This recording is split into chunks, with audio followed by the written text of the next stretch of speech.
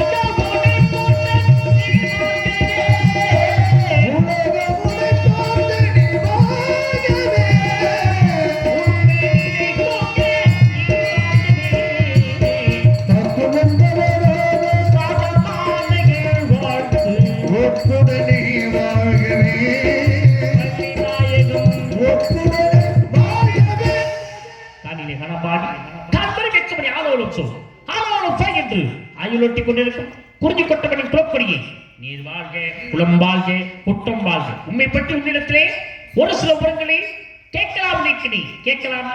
உன்னை கொன்று என்னை கிழித்து உன்னை உயிர் எழுப்பி நான் செத்தால்தான் நான் சந்ததியை நன்றாக இருக்க முடியும். அடித்த கல் படியாகிறது, செதுக்குங்கள் சிலையாகிறது, இலைத்த மரம் விளையாகிறது, கிரிக்கிய சுவர் சித்திரமாகிறது, மீட்டை விரல் செய்யாகிறது, பாடும் குரல் கவியாகிறது, அனைக்கும் கை துணையாகிறது, பிரிக்கும் சொந்த விளையாகிறது. என்ன கொண்டு வந்தோம் எடுத்து செல்ல, யார் ஓடி வந்தார் இங்கு என்ன வெல்ல? முன்னோர்களெல்லாம் அதை எடுத்து சொல்ல நானும் கேட்க வந்தேன் வெல்ல.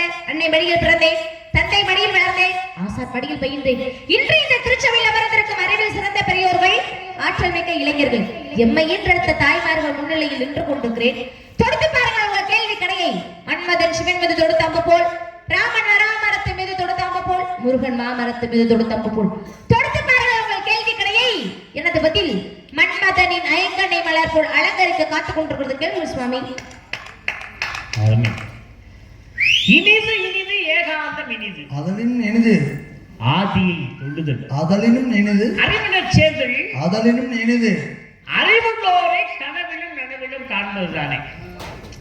பாருங்களேன், இந்த தமிழ்ல மட்டும்தான் இனிது அமிழ்து தேன் இதெல்லாம் தமிழ் மொழி மட்டும்தான் இருக்கிறதா? மற்ற மொழிகளுக்கு இல்லாத சிறப்பம்சம் தமிழ் மொழிக்கு மட்டுமே உண்டு. தமிழன் என்று பிறந்ததற்கு, தமிழனாக பிறந்ததற்கு மிக மிக புண்ணியம் செய்திருக்க வேண்டும் யாமெல்லாம். அந்த அளவுக்கு குஞ்சி அழகும் கொடுத்தாரை கோட்டழகும் மஞ்சள் அழகு அழகல்ல, நல்ல நெஞ்சத்துள் நடுநிலைமையாக வரும். ரொம்ப அருமையா இருந்துச்சு உங்க பேச்சு. உண்மையை சொல்றேன் நானு.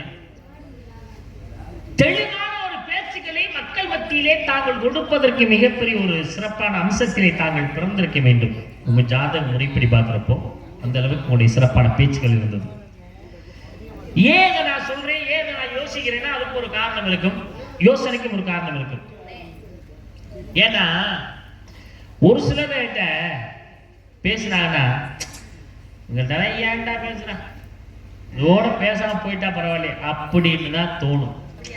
ஒரு சிலர் பேசினா உங்கள்கிட்ட இன்னும் கொஞ்ச நாள் பேசலாமா, இன்னும் கொஞ்ச நேரம் பேசலாமா. இப்ப என்ன மாதிரி நான் பேசுறப்ப நினைப்பா இன்னும் கொஞ்ச நேரம் வந்து பேசலாமா அப்படின்னு. என்ன தாவறீங்க போய் முட்டிக்கிறக்கா, அந்த அளவுக்கு என்னுடைய பேச்சு இருக்கும் அப்படின்னு சொல்றேன் நான். ஒரு சிலர் 100 வார்த்தை பேசுவாங்க, 80 வார்த்தை வீண் வார்த்தையா இருக்கும், 20 வார்த்தை தான் அர்த்தமுள்ள வார்த்தையா இருக்கும்.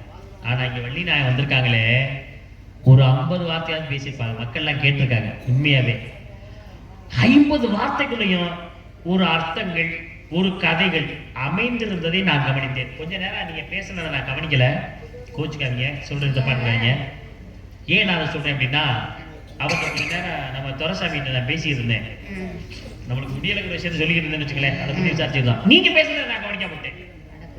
ஆனா இப்ப நீங்க என்ன செய்றீங்க அப்படின்னா, எமக்காக இல்லைனா மக்களுக்காக நீங்க பேசுற மறுபடியும் பேசுங்க. அந்த பேச்சிலே அர்த்தம் இருந்தால், தெளிவு இருந்தால், மக்கள் உண்மையாவே கவனிச்சு கைதட்டினாங்கன்னா நான் கைதட்டுறேன். அவங்க கைதட்டல நான் கைதட்ட மாட்டேன். நீங்க பேசுற பேச்சுல, எல்லா பேச்சுலயே அர்த்தம் இருக்கணும், ஏதாவது கதை இருக்கணும். ஒரு வார்த்தை கூட வீண் வார்த்தையா போயிடக்கூடாது பாத்துக்க. நான் சொல்லிட்டேன் அப்புறம் சாபம் கொடுத்துருவேன். ஐயோ ஆமா, நல்ல வார்த்தையை பேசினீங்கன்னா கைதட்டேன், அவங்க கைதட்டா நான் கைதட்டேன், இல்ல நான் கைதட்ட மாட்டேன். அவ்வளவுதான். நான் வந்ததுல இருந்து பாக்குறேன். மறுபடியும் பேசவா? மறுபடியும் பேசுறேன். அடித்த கை படியாகிறது, செதுக்கும் கை சிலையாகிறது. இழைத்த மரம் நிலையாகிறது, கிறுக்கிய சுவர் சித்திரமாகிறது. மீட்டிய தொழில் செய்யாகிறது, பாடக்குரல் கவியாகிறது. அடைக்கும் கை துணையாகிறது, பிரிக்கும் சொந்த வினையாகிறது. என்ன கொண்டு வந்தோம் எடுத்து செல்ல, யார் ஓடி வந்தார் இங்கு என்னை வெல்ல? முன்னோர்கள் எல்லாம் இதை எடுத்து சொல்ல, நானும் கேட்க வந்தேன் வெல்ல. அன்னை மடியில் பிறந்தேன், தந்தை மடியில் வளர்ந்தேன், ஆசான் மடியில் பயின்றேன்.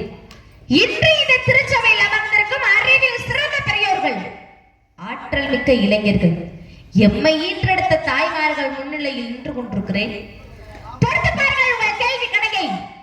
மன்மதன் சிவன் மீது தொடுத்த அம்பு போல், ராமன் மராமரத்து மீது தொடுத்த அம்பு போல், முருகன் மாமரத்து மீது தொடுத்த அம்பு போல். தொடுத்து பாருங்கள் உங்கள் கேள்வி கணக்கை. எனது பதில் மன்மதனின் ஐங்கனை மலர் போல் அலங்கரைக்கு காத்துக் கொண்டிருக்கிறது என்று சொன்னேன்.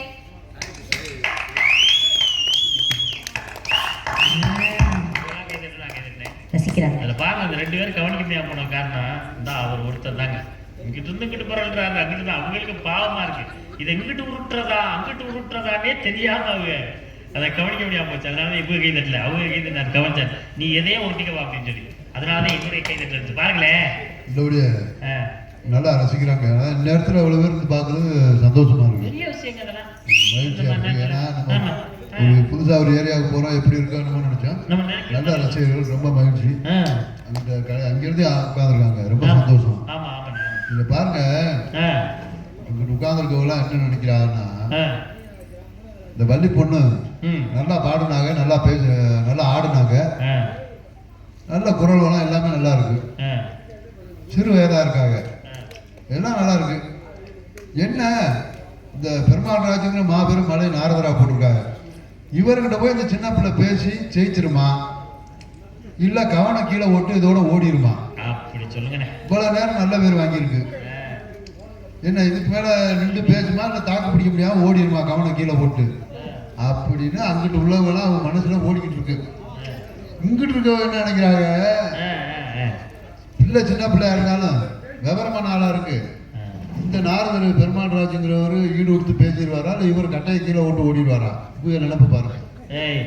என்ன நினைச்சுக்கிட்டு நாடகம் பாக்குறாங்க பாருங்களே. ஒன்னும் நினைக்கல, வேலையை மட்டும் பாருங்க. பாருங்களே அவங்க என்ன நினைக்கிறாங்க.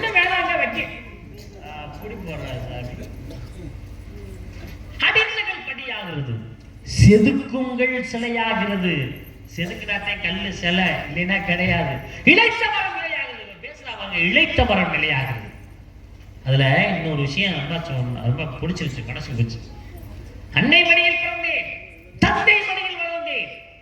இன்று இந்த திருச்சபையில் அமர்ந்திருக்கும் அறிவில் சிறந்த பெரியவர்கள், பெரியவர்கள்னா அறிவில் சிறந்த பெரியவர்கள், ஆற்றல் மிக்க இளைஞர்கள், இளைஞர்கள் ஆற்றல் மிக்க இளைஞர்கள், எம்மை ஈன்றெடுத்த தாய்மார்கள் முன்னிலையில் நின்று கொண்டிருக்கிறேன். தொடுத்து பார்ப்பவர் கேள்வி கடை.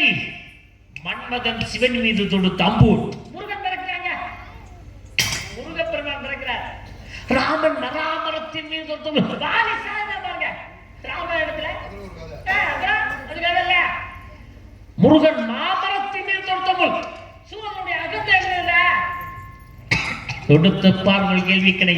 எனது பதில் மன்மதனின் ஐங்கடை மனவோடு அலங்கரிக்க காத்து கொண்டிருக்கிறது. என்ன ஒரு பேச்சு! இந்த மாதிரி நல்ல விஷயங்களை நீங்க மேடையில பேசுனீங்கன்னா என்னைக்குமே நல்லா இருப்பீங்க.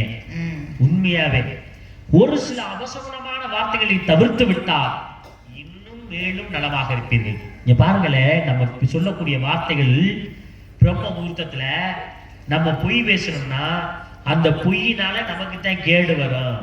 இந்த பிரம்ம முகூர்த்தத்துல ஏதாவது தீமையான விஷயங்களை பேசினா அந்த தீமை நமக்கு தான் வந்து சேரும். ஏன்னா தெய்வங்கள் எல்லாம் அது உண்மைக்கு ஆகுதுன்னு சொல்லிட்டு போறது. கெடுதல் என்றால் அந்த கெடுதலை யார் நினைத்தால் அந்த கெடுதலை நமக்கே திருப்பிவிட்டு சென்று விடுவார்கள். இந்த தெய்வம் பிரம்ம முகூர்த்தத்துல அப்படி இருக்குமா?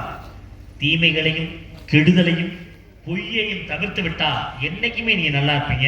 அதனாலே உங்களிடத்திலே நான் கேட்கும் கேள்வி என்னவென்று நீங்கள் நினைக்கும் பொழுது